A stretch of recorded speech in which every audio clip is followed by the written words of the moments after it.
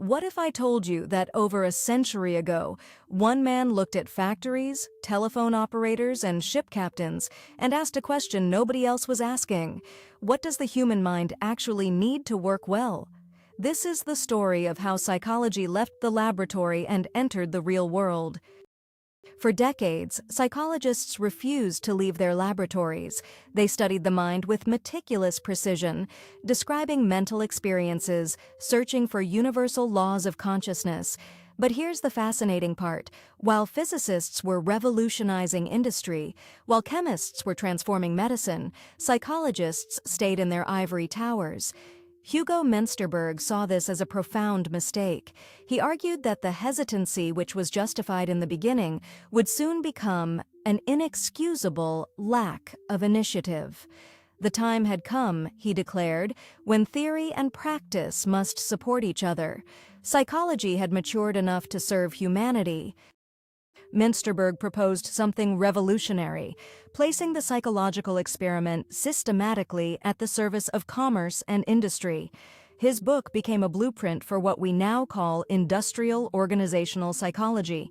He conducted experiments on electric railway operators, ship service workers, telephone operators. He studied how people learn, how monotony affects attention, how fatigue degrades performance. He even examined the psychology of advertising and buying behavior. This wasn't cold efficiency. It was about finding the best possible fit between human minds and human work. 3 goals guided everything: the best possible person, the best possible work, the best possible effect. Here's where Mensterberg made his most crucial observation. Early experimental psychology obsessed over general laws, the typical mind, universal principles. But this approach had a blind spot. Individual variation was being ignored entirely.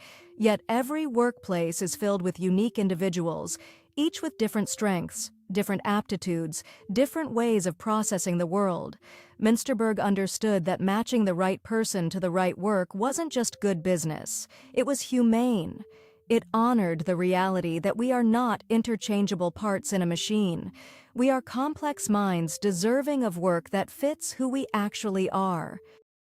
Over a century later, Mensterberg's vision continues to shape how we think about work, well-being, and human potential. The questions he asked still matter. If you're curious about the psychology behind everyday life, subscribe to Mind Lore for a psychology fact every day.